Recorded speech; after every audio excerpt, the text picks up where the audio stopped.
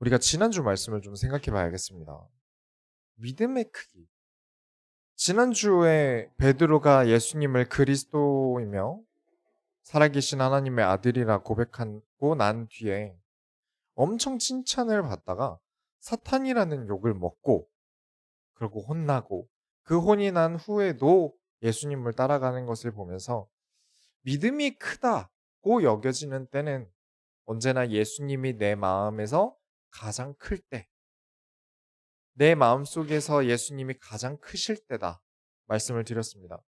예수님의 크기가 곧 마음의 크기다. 절대 잊으시면 안 됩니다. 믿음의 크기는 예수님의 크기다. 나에게 늘 점검해야 해야 하는 것도 예수님의 크기. 타인에 대해 생각할 때도 우리가 함부로 남에 대해서 판단하면 곤란합니다만 정말 중요한 순간에 대해 결정해야 할 때는 반드시 예수님의 크기가 이 사람에게 얼마나 큰가를 봐야 합니다. 그런데 이건 역시 참 주관적이지 않습니까? 사람에 따라서 어떤 사람은 이 사람 마음속에 예수님이 아주 조그마한데 본인이 느끼기에는 내가 자존감이 너무 높은 사람이라 내 안에 예수님이 크다 여겨질 수 있지 않습니까? 사실은 되게 작은데, 난 예수님 큰데?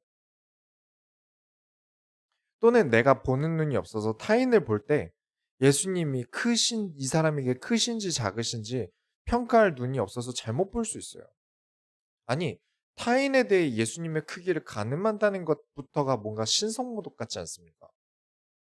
내가 감히 뭐라고 그 안에 계신 예수님의 크기를 그리스도에 대해서 이렇다 저렇다 말할 수 있을까요? 도대체 어떻게 할까요? 뭘 봐야 이 사람에게, 나에게 예수님이 크기가 크신가 작으신가 알 수 있습니까? 이게 참 어려워요. 그래서 여러분이 꼭 보셔야 되는 게 있습니다. 한 번에 알 수 있는 게 아니라 삶이, 그 사람 혹은 내 삶이 어떤 말을 하고 있는지를 보셔야 합니다. 나는 내 믿음이 큰 줄 알았는데 내 삶을 돌아보면 아니구나 확인하실 수 있어야 돼요. 믿음의 조상, 믿음의 선조라는 사람들의 증언이라는 단어들이 성경에 많이 나오는데 이 증언들은 입 밖으로 꺼낸 이야기들을 얘기하는 게 아닙니다. 그 믿음의 영웅들의 삶이 그리스도께서 살아계심, 그리스도께서 위대하심, 그리스도께서 우리와 함께 하심을 증언하고 있어요. 삶으로 증언하고 있는 겁니다. 자, 그렇게 치면 내 믿음이 만족스러울 때가 있겠습니까? 저는 없습니다. 맞습니다. 나 스스로의 믿음은 성이 차지 않아야 정상이에요. 이렇게 믿음이 작을 수 있는가 정도의 수준으로 내려가시면 안 됩니다. 하지만 완전히 만족할 수도 없어요. 아니, 그럼 나는 믿음이 크고 싶은데 또 커야 한다고 말하시면서 성에 차는 믿음은 없다고 하고 내가 이 정도면 믿음이 크다 말할 지표도 없는 것, 뭔가 되게 모순에 빠지기 쉬워요. 그래서 늘 말씀드리는 겁니다. 신앙생활이라는 것은요, 끝이 없어요. 어느 정도 마지막 레벨이라는 게 없어요. 항상 해가는 겁니다. 그리고 늘 큰 믿음에 도전하는 게 신앙생활이에요. 큰 믿음이 완벽한 믿음에 도달할 수 있는 게 아니라 그것에 도전해야 하고 있는 지금 그 모습이 신앙생활이에요. 내가 예수님이 좋아서 매일 할 수 있는 것. 내가 예수님이 너무 좋기 때문에 큰 믿음에 도전하는 것. 그게 신앙생활이에요. 그러면 크다 작다를 어떻게 나누고 있는 걸까요? 상대적으로 나눌 수 있습니다. 내 믿음이 작지만 상대적일 수 있어요. 가나안 여인의 믿음이 진짜 예수님이 보시기에 완벽해요? 완벽하게 큽니까? 그래서 예수님이 칭찬하신 걸까요? 분명 가나안 여인의 믿음은 큰 게 맞습니다만 비교할 수 있는 것들이 있는 거예요. 바리새인이나 대부분 사람들이 가지고 있는 믿음보다 크기 때문에 예수님께서 네 믿음이 크다 칭찬하신 거죠. 우리도 다 그렇지 않습니까? 내가 하는 일을 생각해 보면 상대적으로는 이 일을 한 번도 안 해본 사람들보다는 잘하겠죠. 그래도 운전면허 있고 운전해본 사람이 운전면허도 없고 운전 안 해본 사람보다는 잘하겠죠. 그러나 또 상대적으로 내 위로는 나보다 잘하는 사람들이 많지 않습니까? 그렇게 믿음의 크기를 가늠할 때 나에게는 상대적으로 판단할 필요가 없겠지만 타인에 대해서는 어쩔 수 없이 믿음의 크기를 가늠해야 할 때가 온다면 그때는 좀 상대적으로 보게 된다는 거죠. 예를 들어서 사람을 세워야 하는데 교회의 어느 부서 부장님이나 선교장이나 이런 직위를 세울 때는 가늠을 해봐야 됩니다. 이 교회에서 이 사람의 믿음이 어떠하고 이 일을 맡겼을 때 충성되게 잘할 수 있는가? 그때는 가늠을 해야죠. 하지만 나 자신의 믿음을 볼 때는 완벽하게 크다 여길 수 없습니다. 난 항상 작을 수밖에 없어요. 아니, 내 믿음은 큰데요? 나 믿음 커요? 라고 여겨진다면 되려 실수하고 있는 겁니다. 그럴 수 있어요. 그렇다고 아예 나를 작다 여기고 산다면 그것도 틀린 겁니다. 그래서 매일매일 점검하고 나아가셔야 해요. 나 스스로에게 만족할 만한 믿음이 없다고 할지라도 예수님이 나와 함께하고 계시는구나 확인되는 만족함이 더 기쁩니다. 이게 훨씬 더 좋아요. 그리고 그렇게 예수님으로 만족하는 사람이 그 누구보다 믿음이 좋은 사람이고요. 자, 서론이 어려웠습니다. 이 서론을 가지고 오늘 예수님께서 직접 큰 믿음이 무엇인가, 천국에서 크다 여김받는 자가 누구인가 직접 설명하실 거예요. 여러분에게 예수님이 가장 크신 존재가 되시길 축원합니다. 본론으로 들어갈게요. 오직 예수 외에는 아무도 보이지 아니하더라. 17장 1절에 엿새 후에 예수께서 베드로와 야고보와 그의 형제 요한을 데리시고 따로 높은 산에 올라가셨더니 이번에는 예수님께서 12이 아니라 3명을 데리고 등산을 하십니다. 근데 여기 나오는 제자들이 확실히 예수님께 예쁨을 좀 받았다 여겨지는 제자들이에요. 그런데 재밌는 건 이 산에 올라간 기록이 마태복음, 마가복음, 누가복음에는 있는데요. 정작 이 산을 같이 타고 올라간 요한복음에는 없습니다. 마태랑 마가도 사도인데 왜 나는 안 데려가고 12제자 중에도 편애를 하시는 거지 예수님은? 그런 생각이라면 기록을 안 했겠죠. 또 내가 본 거, 예수님이랑 모세랑 엘리야랑 갑자기 딱 나타나는데 하면서 자랑질을 하려면 요한은 무조건 썼어야죠. 사복음서를 볼 때마다 참 감사한 게 뭐냐면요. 이 사람들은 본인이 말하고자 하는 목적을 분명하게 썼어요. 철저하게 주인공을 예수님으로 두고 있었던 일들을 쓸 때 본인들이 전달하고자 했던 바를 위해 달려갑니다. 내가 주인공이 되려고 하지 않아요. 그러면서 꼭 지키려고 하는 게 뭐냐면 사도들이 스스로를 예수님의 사건들의 주인공이 되지 않으려고 노력한다는 겁니다. 예수의 공을 자기들이 가로챌 일들을 절대 하시려고 하지 않아요. 저자가 예수님을 갈릴리를 만들지 않으려고 노력합니다. 얼마나 멋진 일입니까? 창세기서의 주인공은 누구입니까? 요셉인가요? 아브라함입니까? 아니죠. 그리스도입니다. 사무엘서의 주인공은 사무엘입니까? 다윗인가요? 아닙니다. 예수님이세요. 모든 성경의 주인공은 예수님이십니다.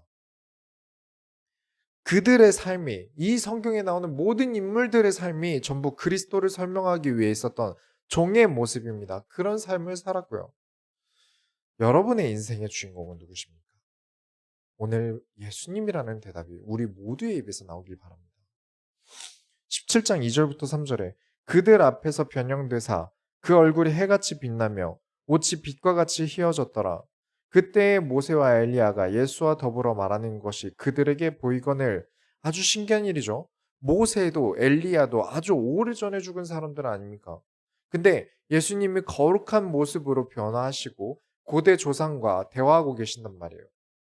이런 대단한 신비한 사건을 대해서 볼 때는 어떤 신비한 사건에 주목하시면 안 됩니다. 그것부터 본다면 확실히 예수님의 제자는 아닌 거예요. 성경을 보긴 봤지만 교회도 다니지만 예수님의 제자라면 눈이 어떤 신기한 사건에 가 있으면 안 됩니다. 사람들이 예수님을 볼 때 어떤 기적이나 병 낫게 하는 거라든가 그런 걸로 자기 자신을 보아주시길 원하지 않으신다고 말씀을 드렸죠. 너희는 인자를 누구라 하느냐라고 물어보실 때 우리가 확인했습니다. 어떤 일이 일어나건 간에 우리가 눈여겨봐야 하는 건 예수님께서 우리에게 무슨 말을 하려고 하시는가? 사도들은 왜 이 사건을 기록하여 우리에게 무슨 말을 하려고 하는가? 여기에 주목하셔야 됩니다. 17장 4절에 베드로가 예수께 여쭈어 이르되 주여 우리가 여기 있는 것이 좋사오니 만일 주께서 원하시면 내가 여기서 촌막셋을 짓되 하나는 주님을 위하여 하나는 모세를 위하여 하나는 엘리야를 위하여 하리이다. 역시 베드로는 빼는 성격이 아니죠. 예상대로 행동합니다. 와, 위대하신 조상님들, 제가 여기서 집을 짓겠습니다.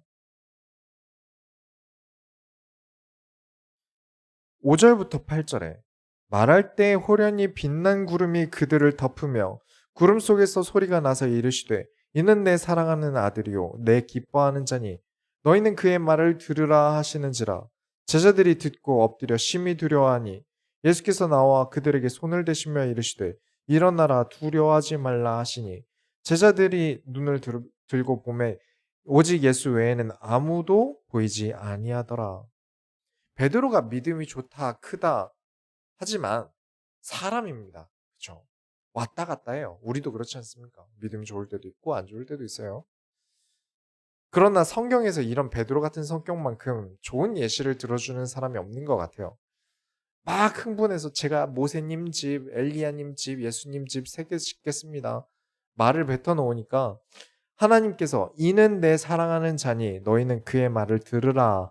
이 말을 하시고 하시고 나서 눈을 들어보니까 예수님밖에 없는 거죠. 우리 인생에는 다른 이가 필요하지 않습니다.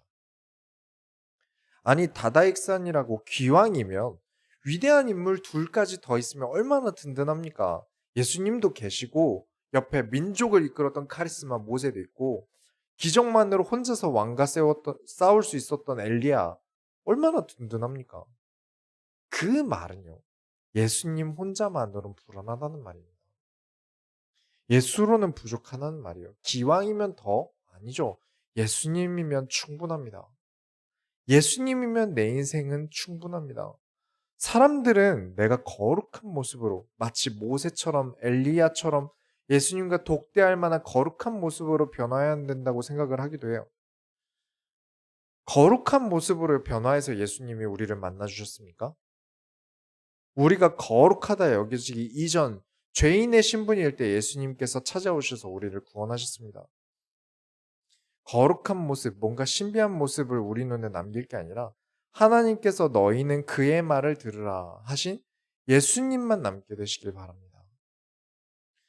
두 번째로 산을 옮기는 믿음. 도대체 산을 옮기는 믿음은 무엇일까요? 의외로 성경을 보시다가 궁금해하시는 분들이 계세요. 정말 가끔 질문이 있는데 윤회에 대해서 물어보시는 분들이 계세요. 예전에 이제 다른 종교를 가지셨던 분들이나 이런 분들이 좀 궁금해하시는 분들이 계신 것 같아요. 예수님께서 구약의 활동을 하셨습니까? 안 하셨습니까? 우리가 지금까지 마태복음 하기 전까지는 구약을 쭉 해왔는데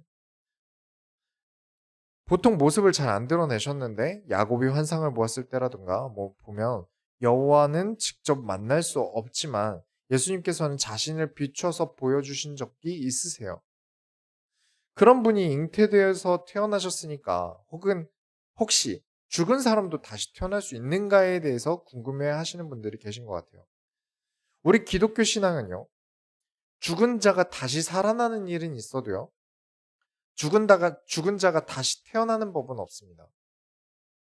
그런데 사람들에게 혼란을 주는 구절이 이 다음에 나오는 구절이에요.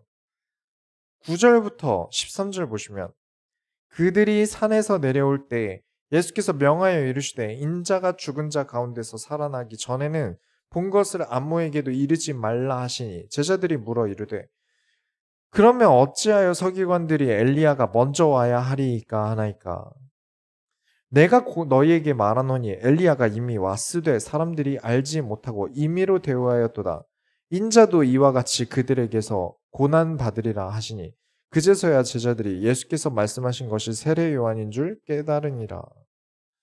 그러면 엘리야가 다시 태어나서 세례 요한으로 환생한 것이라고 설명하신 겁니까? 그런 의구심이 생길 수 있어요. 사실 이 내용도 어느 정도 기본만 있다면 어려울 게 없는 구절입니다. 하나님은 어떤 하나님이십니까? 전지전능하신 하나님이십니다. 하나님은 얼마든지 하실 수 있으세요. 얼마든지 하실 수 있으십니다. 그러나 영혼에 대해서 다시 죽었던 영혼을 다시 불러서 다시 태어나게 하지 않으셨어요. 규칙으로 삼으신 겁니다. 이 시대에 엘리야가 꼭 필요하다면 왜 엘리야 때의 기억도 주지 않으신 걸까요? 왜 사람이 태어나고 그 사람이 믿음의 영웅이 되기까지의 많은 일들을 거쳐야 할까요? 윤회라면 기왕이면 과정 없이 태어날 때부터 전생의 기억도 가지고 태어난다면 다시 이 사람의 믿음을 처음부터 성장시킬 필요도 없잖아요. 믿음은요, 삶으로 말하는 것입니다. 믿음의 말이 우리에게 울림이 되는 건 언제입니까? 믿음의 말을 하는 그 사람의 삶이 그 말을 밀어줄 때입니다. 모든 말이라는 게 그래요. 그 사람의 삶이 받쳐주지 않으면 설득력이 없습니다. 그렇다면 굳이 하나님이 과거에 쓰셨던 조상을 다시 태어나게 해서 다시 믿음의 길을 걷게 하실 이유가 없죠. 또한 확실한 죽음을 뭔가 애매하게 죽다 살았다 말하는 것이 아니라 진짜 확실하게 죽으시고 그 죽음을 이기시고 부활하셔야만 그리스도입니다. 이 땅의 끝이 올 때까지는 우리가 그리스도가 누구신지 구분해야 하기 때문에 사람을 다시 살려서 보내지 않으셨어요. 정리하자면 전능하신 하나님께서 얼마든지 윤회를 해서 보내실 수 있으시겠지만 그리스도의 유일성을 두고 우리가 그리스도를 구분하기 위해서 영으로서의 존재할 때 기억을 가진 사람을 이 땅에 보내지 않으셨다. 그분은 오직 예수님밖에 없다. 그래서 세례 요한은 엘리야다라기보다 우리가 사람 이름을 가지고 대명사를 만들죠. 뭐 어떤 사람 축구 잘하는 사람을 한국의 마라도나, 뭐 한국의 펠레 이런 식으로 설명하지 않습니까? 신약의 엘리야로서 세례 요한이 일을 했다 정도로 여기면 됩니다. 이 일이 있은 다음에 17장 14절부터 보면 어떤 사람이 예수께 찾아왔는데 아들이 간질병이 너무 심해서 불에도 넘어지고 물에도 넘어지나 봐요. 간질은 뇌의 질병이죠. 신호가 잘못 가서 기절하기도 하고 거품을 물기도 하고요. 그래서 아들을 데리고 왔는데 제자들이 이 아들을 고치지 못했어요. 이를 두고 예수님이 화를 내십니다. 17절부터 18절에 예수께서 대답하여 이르시되 믿음이 없고 패역한 세대여 내가 얼마나 너희와 함께 있으며 얼마나 너희에게 참으리요 그를 이리로 데려오라 하시니라. 이에 예수께서 꾸짖으시니 귀신이 나가고 아이가 그때부터 나으니라. 무슨 믿음이 없고 패역했길래 이렇게 화를 내신 걸까요? 그렇다면 우리가 믿음이 크면 귀신을 내어 쫓을 수 있겠네요. 사실 마태복음에는 없는데 마가복음에 보면 제자들이 귀신 들린 아들을 낫게 하려고 하다 보니까 서기관들이랑 말싸움이 일어나요. 어떤 말싸움이 있었는지는 안 써 있습니다만 유추해 볼 수 있죠. 귀신 낫게 할 수 있다며. 니들 예수의 제자니까 할 수 있다며. 예전에 니들도 귀신 내쫓아 봤다며. 근데 지금은 못하네? 제자들이 할 수 있다니까. 예전에 어떻게 했냐면 나가라 하니까 나갔다니까. 그러면서 예수님이 오실 때까지 귀신 나가라, 귀신 나가라, 병 나아라, 병 나아라 하고 있었을 거예요. 19절부터 20절 보면 이때 제자들이 조용히 예수께 나와 이르되 우리는 어찌하여 쫓아내지 못하였나이까. 이르시되 너희 믿음이 작은 까닭이니라. 진실로 너희에게 이르노니 만일 너희에게 믿음이 겨자씨 한 알만큼 있어도 이 산을 명하여 여기서 저기로 옮겨지라 하면 옮겨질 것이요 또 너희가 못할 것이 없으리라. 자, 그러면 우리 한번 산을 옮겨봅시다. 그래도 우리 정도면, 우리 소원교회 성도들의 믿음 정도면 겨자씨 한 알만큼의 믿음은 있지 않을까요? 아까 서론에 말씀드린 믿음에 대해 그래서 꼭 이야기를 나눠보고 싶은 게 있어요. 이게 정말 중요한데 정말 알아들을 귀가 있는 자만 알게 하신 거예요. 아까 예수님이 혼내실 때 뭐라고 혼내셨는지 다시 한번 보세요. 17절에 내가 얼마나 너희와 함께 있으며 얼마나 너희에게 참으리요. 함께 있는다, 참는다. 이 말씀이 내가 없어도 너희가 귀신 내쫓을 수 있어야지 라는 말처럼 들리실 수 있어요. 그러나 믿음은 예수님의 크기라고 말씀을 드렸죠. 귀신을 내어 쫓는다는 마음과 서기관들의 논쟁 안에 이 사람들은 예수님이 없어요. 지금 제자들의 마음속에 예수님이 없습니다. 실제로도 예수님이 그 자리에 안 계셨어요. 예수님의 부재를 두고 지금 눈앞에 안 계시니까 여기 없는 존재, 그리고 나는 예전에 배운 대로 귀신 나가라. 예수님이 하신다라고 생각하는 것 자체가 힘든 상황이죠. 지금 우리야 예수님께서 살아서 지금도 우리 안에 성령으로 역사하신다는 것을 알지만 지금 제자들은 모르는 상황이니까 될 리가 없죠. 사도행전에서 귀신을 내어 쫓을 때 뭐라고 사도들이 하던가요? 예수 이름으로 귀신을 내어 쫓습니다. 병을 낫게 할 때도 예수 이름으로 일어나 걸으라. 예수 이름으로 나아라 합니다. 예전에 사도행전에 사도 바울이 그렇게 귀신을 내어 쫓는 걸 보고 제사장의 아들들이 바울의 흉내를 한번 내봅니다. 귀신 들린 자에게 찾아가서 예수 이름으로 귀신아 나가라. 그랬더니 이 귀신이 하는 말이 바울도 내가 알고 예수도 내가 아는데 니들은 누구냐 하면서 옷이 다 찢어질 만큼 혼쭐을 내서 이 사람들이 도망을 가요. 예수 이름으로 하면 된다? 아닙니다. 맞는데 아니에요. 예수 이름이 무슨 주문이 아닙니다. 나에게 예수님이 얼마나 가치가 있는지, 얼마나 크신지, 예수 이름으로라는 말의 가치는 그때 얻는 겁니다. 내 믿음이 빛을 발하는 순간은 언제나 예수님과 함께 할 때예요. 어렵죠. 쉽게 정리해드리자면 제자들이 믿음이 없던 것도 역시 예수님과 함께함보다 서기관들이 보는 앞에서 귀신을 내어쫓고 병 낫게 하는데 목적이 있었기 때문이다. 이런 내용들이 정말 중요한데 어려워요. 정말 쉽게 설명하는 만큼 또 오류가 많아져요. 그래서 사이비들이 써먹기 쉽고요. 예수 이름을 마법 주문처럼 사용하거든요. 여러분, 믿음은 과부자를 틀고 돛 닦는다고 커지는 게 아닙니다. 이에 대해서 나중에 말할 기회가 될 때 복잡하지만 이에 대해서 더 좀 깊게 알고 싶고 배울 준비가 되어 계신 분들을 추려서 조금 더 어렵게, 조금 더 정확하게 설명을 드리도록 하겠습니다. 세 번째로, 어린아이의 믿음. 자, 지금까지 이야기들이 어려웠어요. 어려우시죠? 지난주부터 복잡한 향내가 좀 나더니 오늘 설교는 아주 어려워요. 제가 어려운 내용은 뺀다고 열심히 뺐는데도 이렇게 되었어요. 이 어려운 마음이 여기 있는 우리만 있을까요? 예수님의 설명은 어렵고 그걸 풀어도 어렵죠. 그렇죠? 그래서 제자들도 우리와 같은 마음으로 물어봅니다. 18장 1절에 보시면 그때의 제자들이 예수께 나와 이르되 천국에서는 누가 크니까? 노골적인 질문이죠. 누가 큽니까? 결국 천국에서 큰 자는 믿음이 큰 자겠죠. 이 질문에 예수님이 최대한 쉽게 설명해 주세요. 2절부터 3절을 보시면 예수께서 한 어린아이를 불러 그들 가운데 세우시고 이르시되 진실로 너희에게 이르노니 너희가 돌이켜 어린아이들과 같이 되지 아니하면 결단코 천국에 들어가지 못하리라. 이 어린아이들과 같다는 게 어떤 걸까요? 우리 다 어린아이처럼 입고 다닐까요? 말을 좀 애기처럼 해볼까요? 4절에 그러므로 누구든지 이 어린아이와 같이 자기를 낮추는 사람이 천국에서 큰 자니라. 낮춘다라는 것이 중요한 겁니다. 네, 예수님이 제일 좋아요. 예수님이 저에게 제일 크세요. 낮추는 사람. 아이들이 엄마 좋아, 아빠 좋아 하는 게 왜일까요? 엄마라서 좋은 겁니다. 아빠라서 좋은 거고요. 단순하지 않을까요? 아이들이 부모를 좋아하는 이유가 지금 내가 살아가려면 부모 덕을 좀 봐야 하는데 지금 부모의 자산이 얼마 정도 되고 뭐 빚은 어느 정도 있는데 이 정도는 나중에 충분히 처리 가능한 빚이고 내가 대학을 간다고 하면 그 금액을 대줄 만한 안정적인 수익이 들어오는 직장을 다니고 있어서 좋아합니까? 아니죠. 그냥 아빠라서 좋아하고 엄마라서 좋아하죠. 그런데 예수님을 믿을 때 바리새인들과 서기관처럼 믿는 사람들이 있어요. 나에게 도움이 될까? 나에게 우호적인가?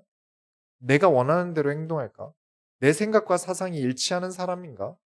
내가 필요한 대로 움직여주는 사람인가? 예수를 믿으면 경제 축복이 있다 그랬어. 기도 많이 하면 우리 아들이 좋은 대학 가겠지? 시작점이 잘못되었습니다. 이미 너무 어른처럼 예수를 믿으려고 해요. 어린아이처럼 예수님이 좋다 할 때 그때부터 진짜 신앙생활이 시작되는 겁니다. 그 전까지는 그냥 교회를 다니는 거예요. 교회 다니고 예배 때 앉아있고 혹은 내가 이득이 될 만한 교회 찾아다니고 그게 전부예요. 그건 교회 생활이고 한편의 취미 생활이지 내 삶을 하나님과 함께하는 절대 부모와는 떨어지려고 하지 않으려는 그래도 부모가 최고라고 여기는 어린아이와 같은 신앙생활을 하셔야 합니다. 5절, 5절을 보시면 또 누구든지 내 이름으로 이런 어린아이 하나를 영접하면 곧 나를 영접함이니 진짜 어린아이에게 잘해라. 어린아이를 영접해라. 예수님 영접은 곧 어린아이 영접이다. 어린아이는 예수님이다. 이런 말이 아니에요. 6절에 누구든지 나를 믿는 이 작은 자 중 하나를 실족하게 하면 차라리 연자 맷돌이 그 목에 달려서 깊은 바다에 빠뜨려지는 것이 나으니라. 저는 어린아이를 실족시킨 적이 있습니다. 많이 있어요. 삼촌 사탕 사주세요. 절대 안 사줍니다. 그 집 부모가 돈이 없어서 안 사준 게 아닐 거니까요. 아이의 건강과 습관 교육을 위해서 안 사준 거겠죠. 사주고 싶은 게 있으면 그래서 부모에게 물어봅니다. 그리고 부모가 주도록 하죠. 하지만 어린아이들은 실족하겠죠. 사줄 줄 알았던 삼촌이 안 사주거든요. 슈퍼 옆을 지나가는데 안 사준단 말이에요. 지금 예수님께서 말씀하시는 이 설명은 믿음에 대한 단계를 보여줍니다. 믿음의 시작은 어린아이처럼 시작합니다. 그리고 어느 정도 믿음이 성장하면, 장성하면 주변을 돌보기 시작해야 돼요. 나의 믿음은 잘 자라서 단단할지 몰라도 주변에는 어린아이와 같은 연약한 믿음을 가진 성도들이 여전히 많아요. 어느 정도냐면 제가 예전에 다른 교회에 있을 때 목사님 사모님이 수술을 하셨어요. 마취도 아직 다 풀리지 않아서 어질어질한 상태셨는데 거기 세신자분이 병문안을 가셨어요. 그래서 사모님이 정신이 없어서 인사를 제대로 못 하셨나 봐요. 그걸 두고 자기를 무시하고 인사 안 했다면서 교회를 나가버리셨어요. 사람이란 게요. 참 맞추기 힘들어요. 도대체 어느 지점에 어떤 것 때문에 시험을 들지 알 수가 없어요. 물론 이 정도 예시는 믿음이란 게 아예 없는 정도의 사람의 예시겠지만 또 혹은 이 사람의 인격적으로 문제가 있는 걸 수 있겠지만 결국 어쩔 수 없이 믿음이 성장한 우리가 아직 연약한 사람들을 맞춰야 합니다. 좀 연약한 사람들을 두고 늘 생각해야 돼요. 믿음이 아주 없다면요. 적다면 언제든지 교회도 나갈 수 있는 거고요. 아직 믿음이 부족하기 때문에 말을 잘못할 수 있어요.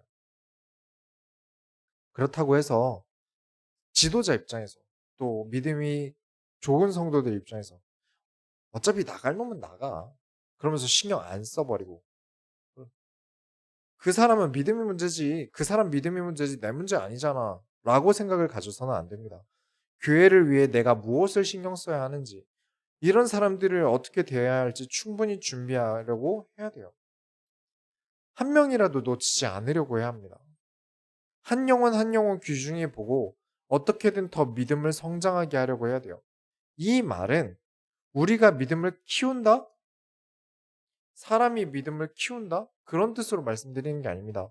겨자씨가 자라나 얽히는 것처럼 믿음이 약한 자들의 믿음이 성장하게끔 독려하고 도움이 되려고 해야 된다는 거죠.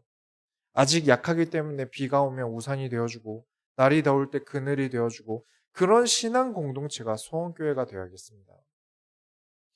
믿음이 지금 없다거나 약한 사람을 두고 믿음은 하나님이 키우시는 건데 뭐 내 알 바 아니잖아. 내가 하는 거 아니잖아. 내가 믿음 없는 사람까지 신경 써야 돼? 이런 식으로 나온다면 16절에 연자 맷돌이 그 목에 달려서 깊은 바다에 빠뜨려지는 것이 나으니라.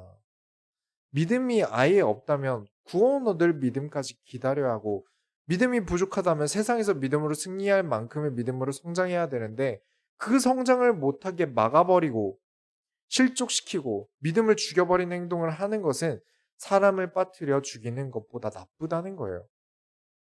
결론을 내리자면 여러분은 예수님이 주인공이 되는 삶을 사셔야 합니다. 결국 신앙생활이라는 건요. 결과를 내려고 하면 참 어려운 것 같아요. 내가 뭔가 전도의 열매를 많이 맺으려고 한다던가 내가 경제를 많이 응답받는다던가 교회에서 인정받는 일꾼이 된다던가 이 모든 게 결과를 내려고 하면 참 어려워요. 그러나 도전하셔야 됩니다. 머물지 않아야 되기 때문이죠. 내가 지금에 안주하면 이유를 장담할 수 없죠. 현실이 그렇지 않습니까? 신앙생활도 마찬가지입니다. 그렇게 노력해야 되는 게 맞아요. 진짜 신앙생활의 어려운 점은 따로 있습니다. 노력을 어떻게 해야 하느냐가 문제예요. 내가 열심히 하면, 진짜 열심히 하면 하나님이 나에게 축복하실 거야? 아닙니다. 무조건 하는 노력은 언제나 상위 권력자에게 이용당할 뿐이에요.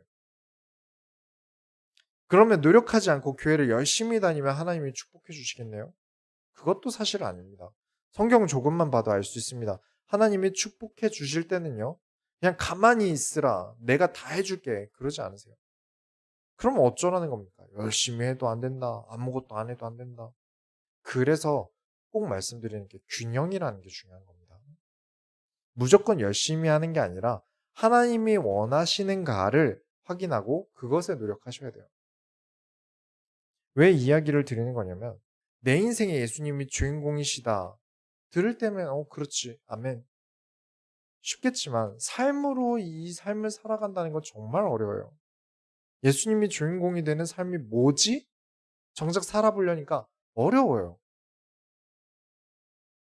내가 주인공 아닙니다. 라면서 어딜 가나 예수님 얘기만 막 하고 다니면요. 사람이 왕따를 당합니다. 그리고 사실 그건 애초에 거룩한 삶이 아니에요. 그렇다고 사회생활 한다고 완전 그리스도를 내 마음속에 싹 비우고 주일에만 신앙생활 한다면 그건 역시 믿음이 없는 삶이에요. 균형이 중요합니다. 균형을 잘 잡고 어떤 것도 놓치지 않아야 돼요.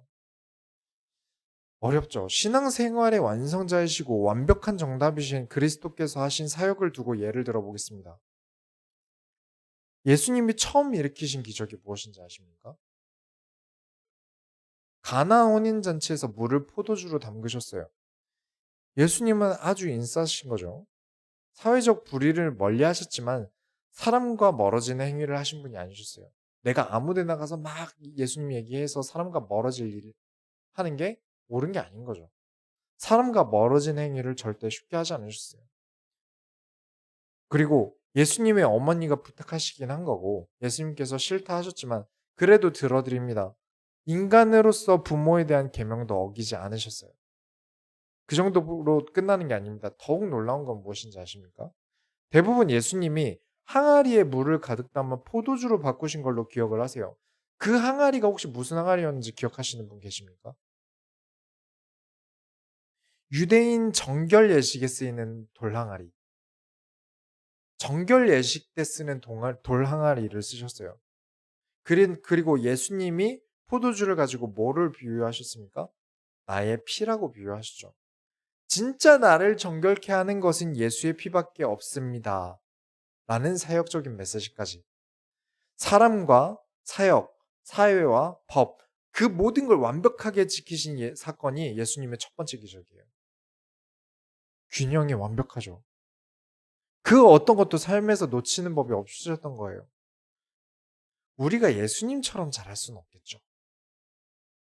우리는 사람이고 예수님은 그리스도지 않습니까? 그러나 우리 신앙생활의 기본이 무엇이죠? 신앙의 기본은 우리가 예수님을 닮고자 하는 데 있습니다. 어떻게든 예수님이 주인공이 되는 삶을 살아가기 위해서 내 삶의 주인공을 잘 맞춰가셔야 합니다. 늘 말씀드리지만 더는 신경 쓰지 않아도 될 만한 수준이란 건 없습니다. 어느 외줄타기를 하는데 균형 맞춰 놓으면 다음부터 신경 안 쓰고 걸어도 되는 지점이 있습니까? 처음 시작점부터 도착할 때까지 계속해서 균형을 맞추려고 애써야 돼요. 우리 인생의 외줄타기는요, 바람이 많이 붑니다. 하루하루 두려움에 잠을 못 자고 새벽에 악몽을 꿀다 깰 만큼 사는 건 어려운 일들이 참 많이 일어나요. 그냥 걷기도 어려운 바람을 뚫어야 하는데 내가 주인공이 되면 멋지게 날아오를 것처럼 바람은 나를 속입니다. 또는 나는 뭘 판단하기 너무 어려워서 누가 시키는 대로만 하면 다 잘 될 것 같아서 균형을 잡는데 자꾸 주변 사람들 얘기를 들으려고 합니다. 결국 내가 걷는 건데 남 얘기만 들어요. 참고가 아니라요. 또는 차라리 신앙생활이라는 줄타기 말고 그냥 땅에 떨어져서 걷는 게 더 편할 것 같다는 마음을 가지는 것 같아요. 그렇다고 떨어지면 죽는 겁니다. 그리스도와 떨어지고 예수와 떨어지면, 교회와 떨어지면 죽는 거예요. 그러나 내가 예수님이 최고라 여기고 예수님만 바라보고 나아가고 예수 이름으로 나아가려고 할 때, 그래서 내가 할 수 있는 최선의 노력을 다할 때 하나님께서 나를 지키십니다. 하나님께서 나와 함께 나아가세요. 그 증거가 교회입니다. 함께 보호를 받으며 이 세상을 나아가게 하신 곳이 교회예요. 이 말의 근거가 무엇입니까? 교회의 머리는 그리스도다. 교회는 그리스도의 육체다. 성도는 그리스도의 몸이다. 우리는 그리스도의 보호를 받아 이 험한 세상을 신앙으로 이겨나가는 성도다. 그 증거로 교회는 함께 나아가는 것이다. 그게 성경의 가르침이죠. 지금까지 말이 다 어려웠는데 다 잊어버리셔도 됩니다. 딱 이것만 기억하세요. 믿음은 예수님이 나에게 얼마나 크신가. 믿음으로 사는 자세는 예수님께서 매 순간 내 인생의 주인공이신가. 믿음으로 살아가는 것은 예수님이 주연인 나라는 인생 시나리오가 얼마나 짜임새 있게 만들어지는가. 이것만 잊지 않으시면 됩니다. 오늘 설교가 어려워요. 그러나 가끔 이런 어려운 설교 뒤에는요, 한 주간 큰 성장 양상이 있더라고요. 큰 이벤트에는 큰 보상이 따르는 법이니까요. 한 주간 예수님이 주인공이 되는 삶을 사시길 바랍니다. 우리가 하나님의 소원을 이루어드립시다. 하나님 감사합니다. 오늘 우리가 하나님의 말씀을 들으며 하나님께 나아갑니다. 하나님이 주인공이 되고 예수님이 주인공이 되는 삶을 살 수 있도록 그 삶을 살기에 우리가 지혜가 부족합니다. 하나님 우리의 지혜와 함께 하시고 우리로 하여금 우리 눈이 언제나 예수님께 나아가게 하여 주옵소서. 살아계신 예수 그리스도의 이름으로 기도드렸습니다. 아멘. 찬송가 516장 찬송